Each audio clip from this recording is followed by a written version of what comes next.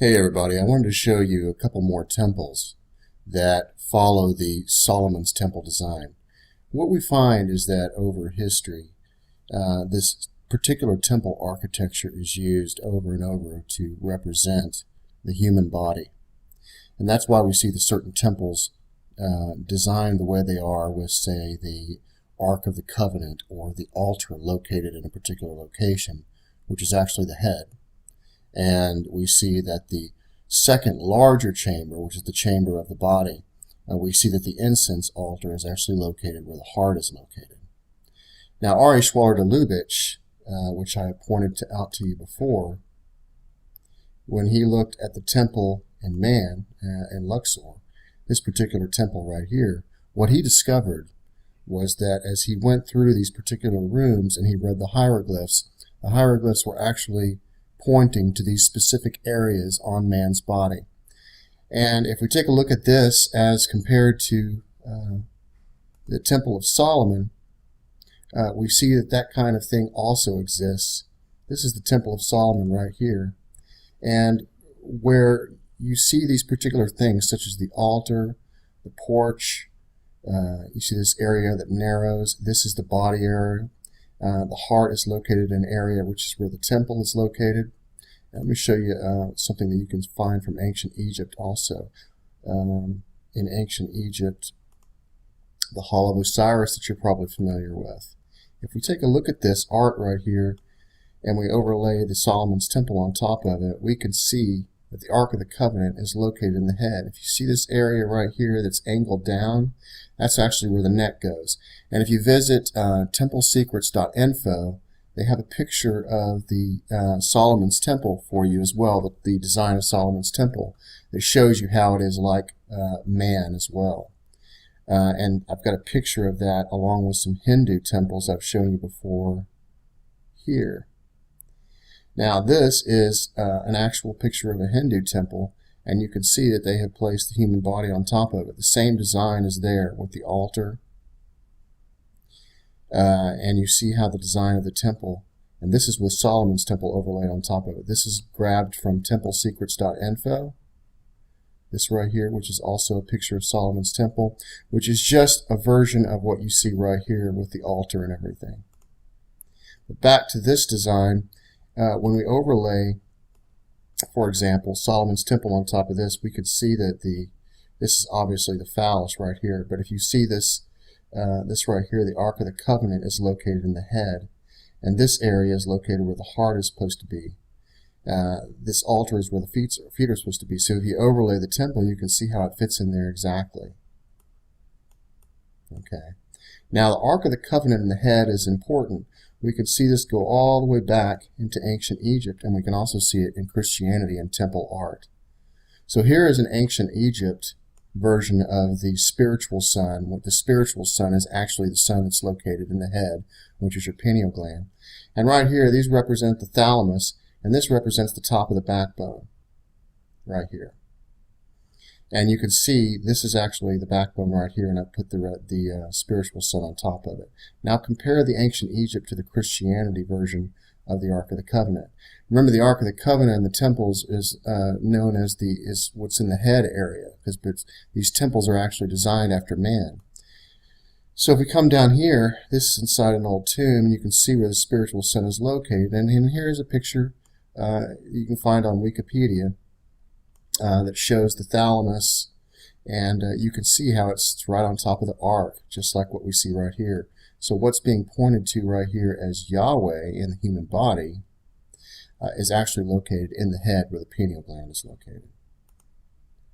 Now I wanted to show you how important sacred geometry is in art, the flower of life, and even more complex versions of it. There are a few strange people out there that have been saying some weird things about sacred geometry. I've noticed saying that sacred geometry is evil and all this kind of stuff. Don't pay attention to those people. They're lost. Sacred geometry is found in all living things, and it comes from just about everything you look at in nature.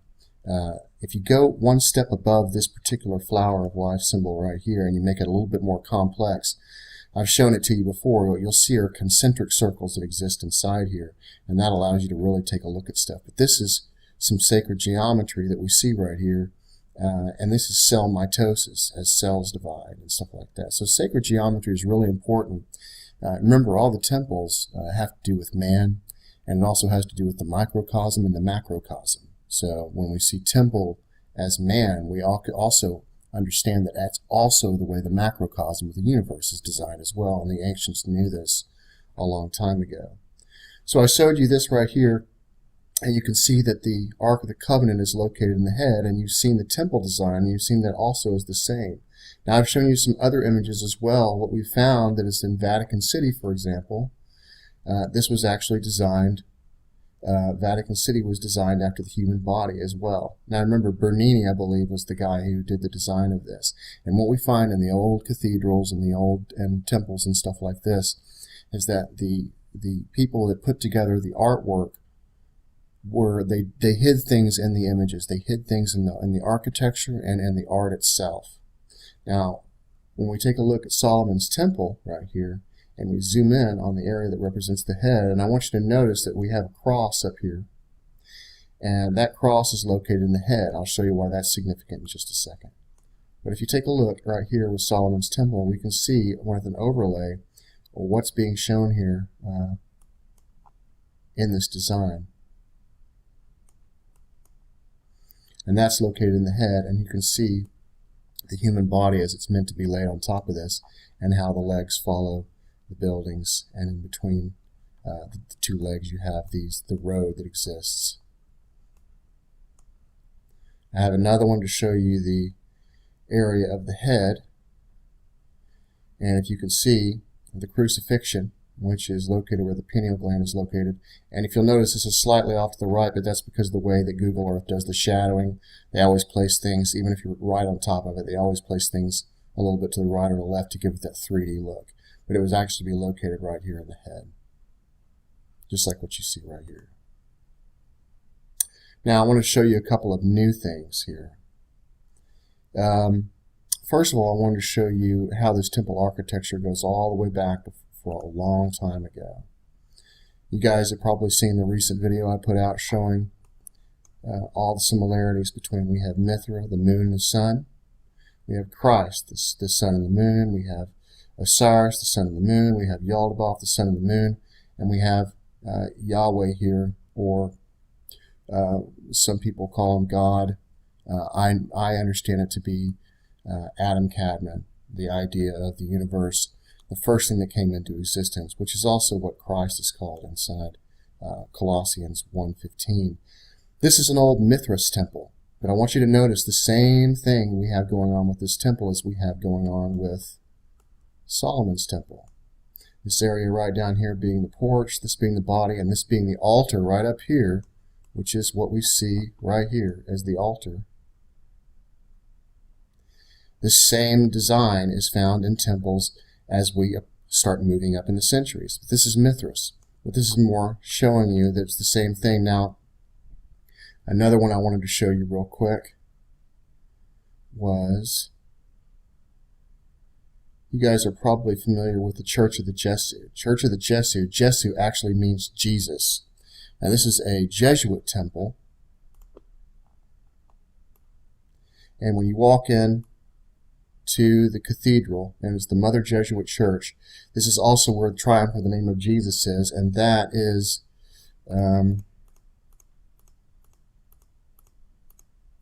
what you see right here.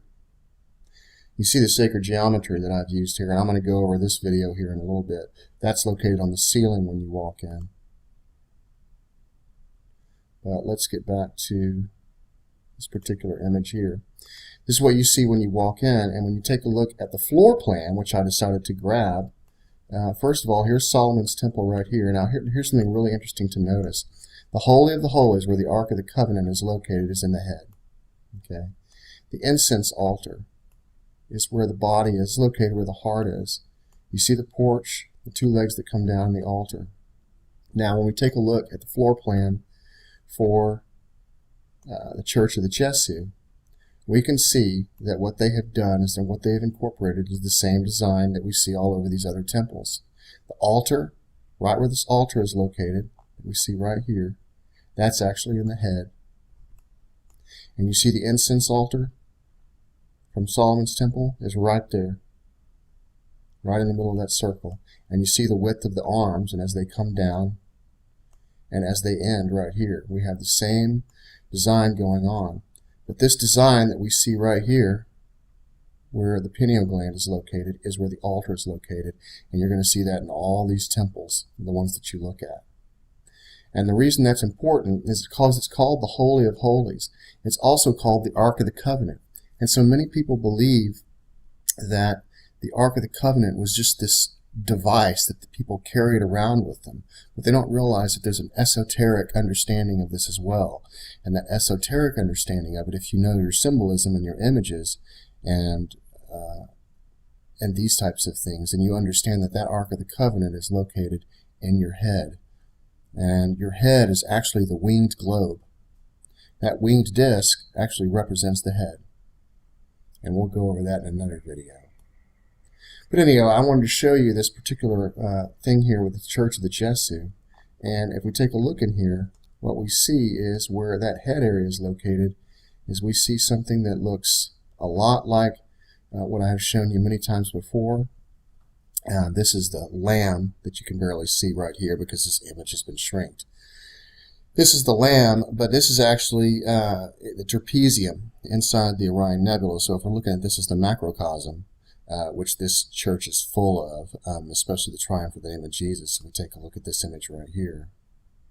The trapezium inside the Orion Nebula, that is what is actually located inside the head. And so this area up here, as we approach the end right here, is in the head. And so there we go. There's the Church of the Gesu temple design, and here's what it looks like with man on top of it. And so I'll be adding this to my temple architecture playlist. And you guys take care. I'll talk to you soon.